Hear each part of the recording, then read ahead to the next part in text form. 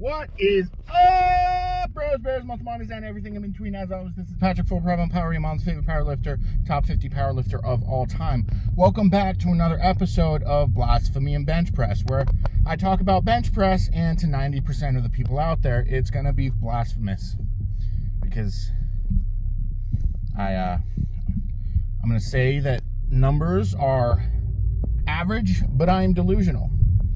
So, how many times have you ever seen someone rep out 600 pounds on the bench press? I can only think of, there's Kirill Sochev, the former all-time world record bench press holder. There's Julius Maddox, who mid 600s is like stupid. Probably Tom Davis, but not anymore since he's now officially retired from powerlifting, not making that comeback. And I can't really think of any other people, but today you guys are about to witness, I'll be repping it with an asterisk.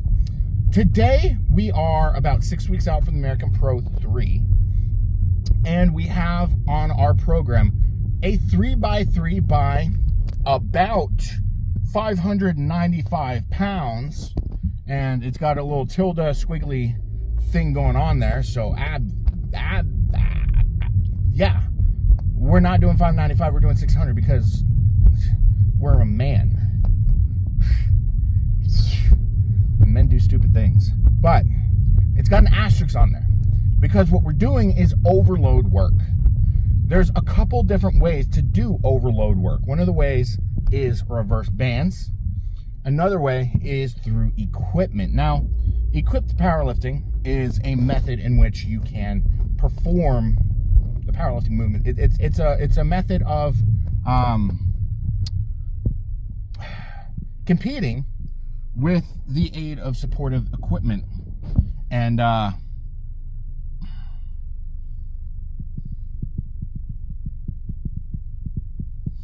we're not throwing on a bench shirt today. We're not. Even though my gym does have a unlimited bench shirt that does fit me, the form required to do anything in that is different than that of regular bench press, the raw bench press that we perform, that we compete with. It's like the difference between high jump and pole vaulting. Technically, they're both doing the same thing, but one is using equipment, and the form is drastically different for them both. So, just because we both use a monolift and a bench press and a deadlift bar, just because a high jumper and pole vaulter are on the track and field, they're different. They're different. But we will be using the next best thing, something that doesn't change the form. And what it is a slingshot. I haven't used a slingshot since I was 19. Or was I 18? 18 or 19. I'm 28 now. Because I never saw using it. But we are looking at the... So, the way that my training is, it's a lot of sub-maximal weight. And it takes a hot minute for my CNS to catch up with where my muscles are when we are performing. Because the way that programming it has allowed me to express my athletic ability a little bit better because we've incorporated more cardio, which previously I was on old school powerlifting where you are as you are, and there's no cardio there, and it's pretty much a meme at this point. Like, if you think powerlifting memes, you're thinking never does over 3 reps, eats whatever they want, never does cardio, never stretches. That's old school powerlifting. That's basically what I was doing for about 7 years. But now we've got our concept that accessories are stretching under a load. We've got our cardio days. We've got minimum steps for every single day, which is 10,000, even on a bulk. On a cut, some days are 15,000. So I'm at the gym literally every single day. Not always the same gym. I go to Planet Fitness on those 15,000 days because sometimes they'll have the basketball games on, like the Celtics. I've been a better follower of the Celtics and the Boston Bruins since doing these cuts. But yeah, it's not always like that. I end up watching a lot of the Patriots games on a treadmill at Planet Fitness. I watched half the Super Bowl on a treadmill at a Planet Fitness, and then I left and got a Domino's pizza for free because I had that much Domino's points saved up. I'm playing a fine line between healthy and not healthy, but mostly healthy because my nutritionist makes sure that I am, and she is terrifying. But Slingshot. Now, I am 360 pounds. I woke up 2 days ago 360, woke up this morning 365. I've had a little bit of a belly issue, and my biomarkers are telling me that I'm having some sort of an issue internally over the past 2 days. So, meh. I don't have a flu, I don't have a cold or anything like that, but meh. I honestly think that the ab cramp that I had on the squat day, my last video that I posted, had some negative implications on my digestive system because it lasted so long and I was so dehydrated. I took a drug test the next day and I was like, holy goodness, that is very dehydrated. I hope there's no blood in there. There wasn't. That was a joke. It was just very dark. I usually pee clear, for those of you wondering, because I drink 1.5 gallons of water a day. That is one of the bare minimums I have. Bare minimum, 1 gallon a day. And then the incidental drinks that I have, the protein shakes, the carb shake, not shake, but carb drink, because it's literally just Gatorade, amino acids, and creatine, and then other protein shakes, coffee. I mean, coffee doesn't really count. It's almost like a negative. But, yeah, that's my minimum, 1 gallon of water per day. And I put Crystal Light in it. I switch between the grape and the strawberry watermelon to keep it fresh. I also have been doing some of the cherry, but I don't like the red flavors because the red dye passes through pretty significantly. And you're like, oh no, I'm pooping blood. And no, it's just the dye. It's the dyes passed through because I've consumed a lot of it. And I know because when I switch back, not that color, it's green. A little bit too much information for you boys, but what we have today, we've got a warm-up of, I believe it's 515 2x1 paused, and then we take a warm-up with the Slingshot. Now, me being me, I am large. They never really anticipated someone this large to use a Slingshot, so I have the largest size Slingshot that one of the homies, Alex Biddle, told me that I could use at the gym, and it's really tight, and I really hope that it gives me the stimulus that we're looking for. I haven't used a Slingshot in forever, like I said before, but we've got that one warm-up, see if it's good, and then we're jumping into a 3x3 at about 590. It's 600. We're doing 600. Or I could do the thing where I send my coach 595 and then just jump around because it's about, which sometimes it means he wants live updates and he'll dynamically adjust my program while I'm doing it, which honestly, that's crazy. And you can really only do that if you're a full-time online coach and you know exactly when your clients are lifting. And I'm lifting about an hour early. So, yeah. So we got our pre-fatigue work. We've got the, not pre-fatigue, priming work. Now that I'm thinking about it more positively, which is iso hold with push-ups, zero acceleration push-ups. We've got that bench that I mentioned, and then we got our accessories, which is it incline dumbbell bench, incline skull crushers, cable flies with push-ups, and then biceps, I think. I should know this because the accessories on my program don't change until after I compete, just to get the stimulus and adapt to the stimulus, because changing things weekly isn't the super best because you don't give your body enough time to adapt to the program, so you don't really get the stimulus that the optimal stimulus that you could be getting it's almost like program hopping, where you don't get the best results you do a program for a week, you're like, I'm not stronger, and then you do a new program, and you're like, I'm still not stronger, let's do another program, and it doesn't really work like that. A lot of programs work over months and months of vigorous application and indoctrination into the program. And indoctrination is the correct word, because a lot of these programs are very culty.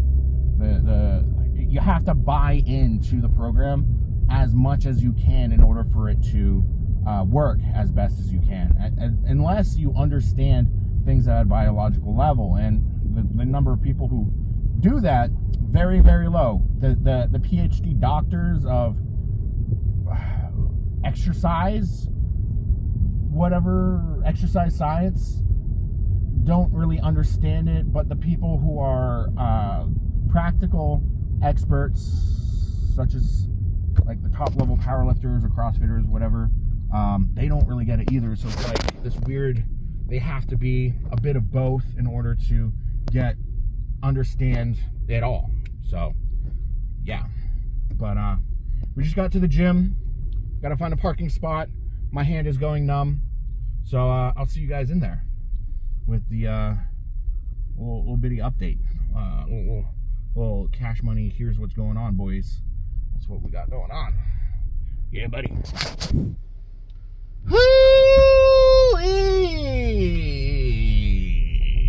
I did not think of an intro for this part. Just assume that it was something inappropriate.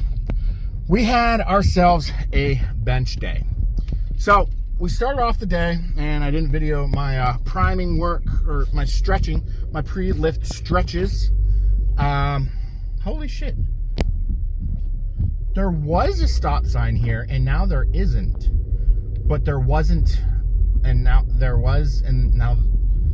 Okay, So, let me talk about today, because I've got bench brain, which I've never had before. It's kind of like squat brain, except it's from bench press. Fantastical. You guys totally needed that explanation. So, how did today...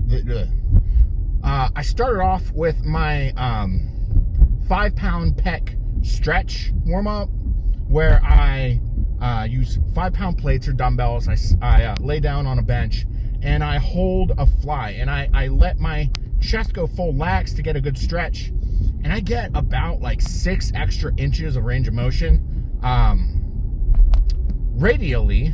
If so, yeah, the plates go down a bit, a fair bit, and yeah, so yeah, that's cool.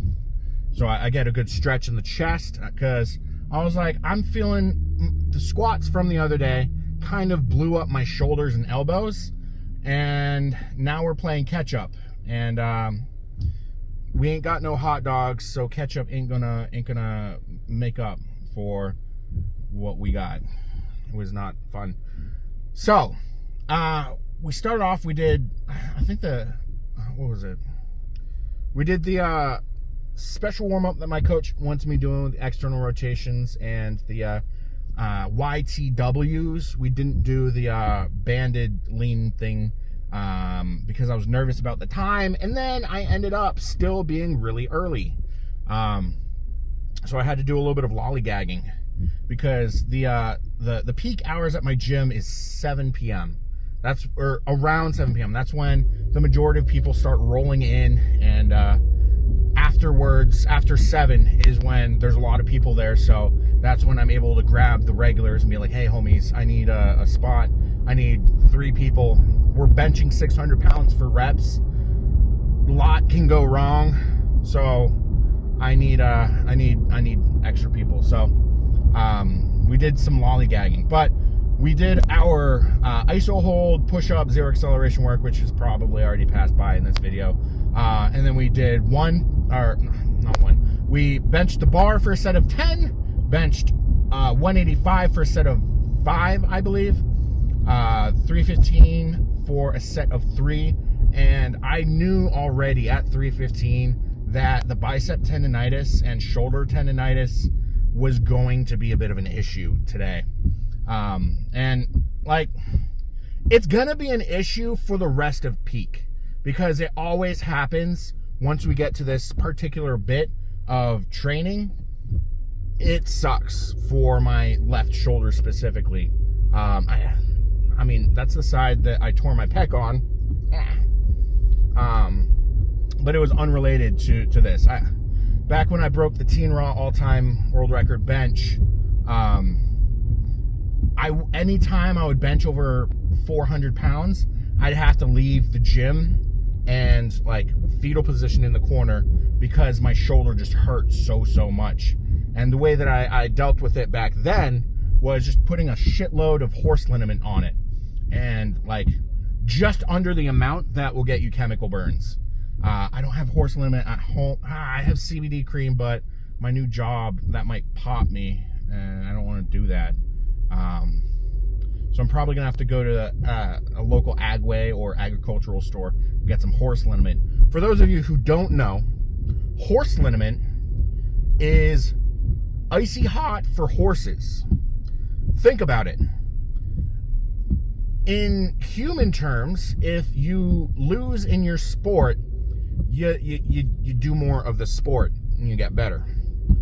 But some of the most prolific athletes, like Seabiscuit, if you lose a race, you get sent to the fucking glue factory. So horses also can't complain. They don't have verbiage. So they kind of have to put up with everything. So, that being said, all the best supplements were made for horses. And so if you want the cheapest protein that's going to pack on the best, yeah, but you don't care how it tastes, horse protein. Back in the day, they used to use maltodextrin, which was part of horse feed, a liquid horse feed carbohydrate for horses. Yeah, that was also a horse supplement. We make jokes about horse pills, but people do take horse multivitamins. That is a thing. I think that was like a predecessor to Animal, and now Animal is not horse pills, but it's a million pills in low packets, and you take those. Yeah. But enough ADHD rant. Horse liniment, want to make the joints feel real good? Horse liniment. Do not get any of that on your nipples or penis. I shouldn't have to say that, but don't put it on your penis. Don't. You think icy hot's bad. Also your butthole. Anyways, so we benched 455 for a set of one, and then we had our raw bench work, 2x1, 515. Now, I had to be patient with these. I had to be super patient with these. I was able to take an extra breath halfway down, which is weird, which is something you shouldn't do on these 515 benches. But the eccentric was super slow because the bicep tendonitis, and I felt like I had to go around locking the elbow on the descent. Like if you've ever had your knee lock and you feel that weirdness behind your knee, that's exactly how my bicep feels whenever I'm benching.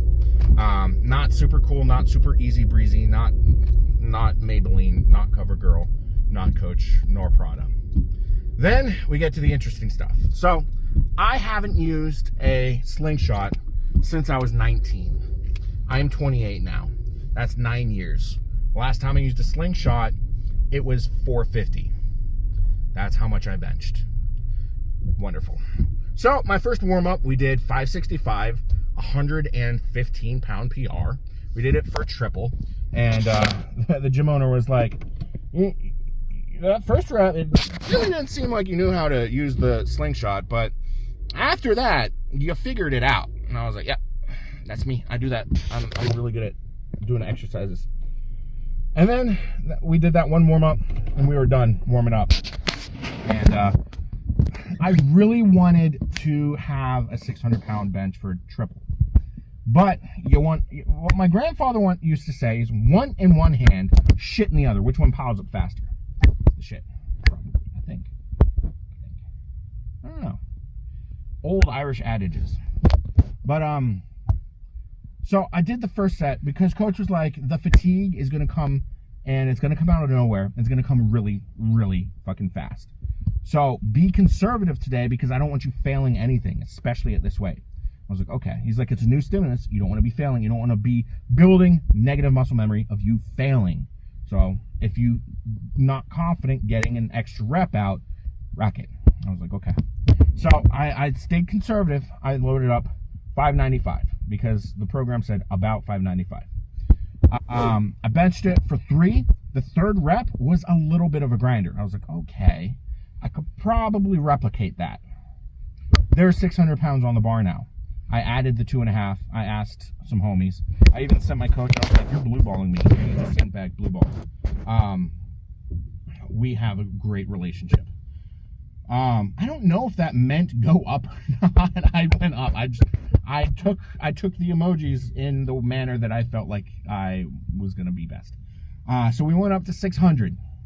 We got different side spotters. I don't like to overtack or like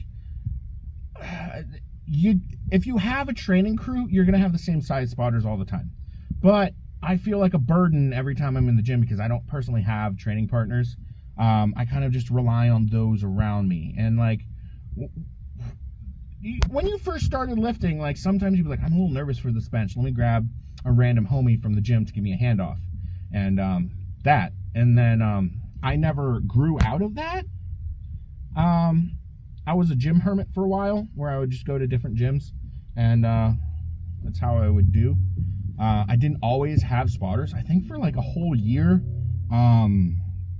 when I was up in Guilford, New Hampshire, I didn't have spotters. So even running my mono, I would take 900 2x1, no spotters, and I would take it out of the rack.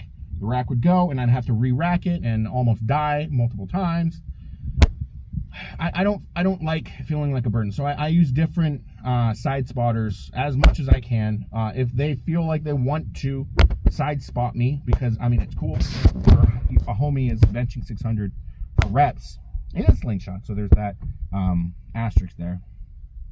So we had a new homie, and someone made a joke on the first set. They were like, oh, it's like a 3-man handoff. So they thought that we were doing a 3-man handoff, but we weren't. So we got a regular handoff, and one side got a 3-man handoff, the other side didn't. So I had to pull it back, settle it, and then I went into bench, and I only got 2 reps on that 600. And I was like, I don't think I would have been, I don't know how close to 3 reps I would have been, or how grindy the third rep would have been, because that was extremely taxing, or not taxing, but the fatigue snuck up on me real fast. And I was like, okay, we got to settle this down a little bit. So yeah. Then I was sending coach these updates because when he has like about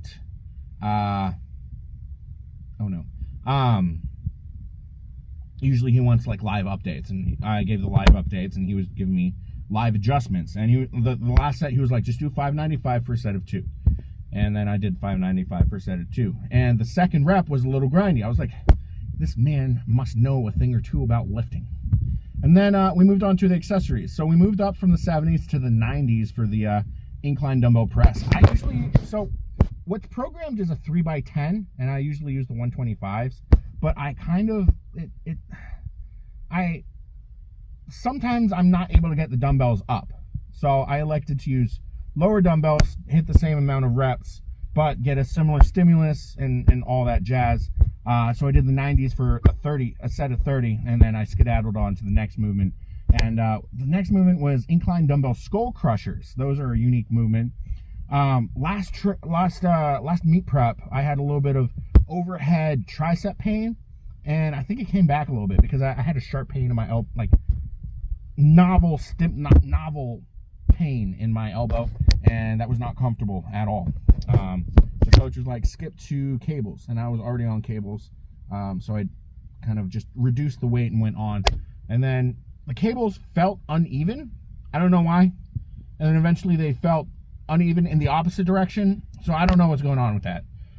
Set of 20 cable flies with a set of 20, and I really did not give a shit about my range of motion on the push-ups, because the bench was like I just took a really heavy max squat, and like you know when your face just glazes over and you're like, I'm still here, I'm still doing my accessories, but dead on the inside, and your face is melting. So yep. And then we finished off with curls. I usually do the curls with 25s, but I couldn't find the 25s where someone was using them. So I did it with a 30, and I got the bicep tendonitis like kicked back in. And then someone put the 25s back in the rack, and I used the 25s, and it was all good. So all in all, it was a pretty good training day. The strap-on was a little annoying to use.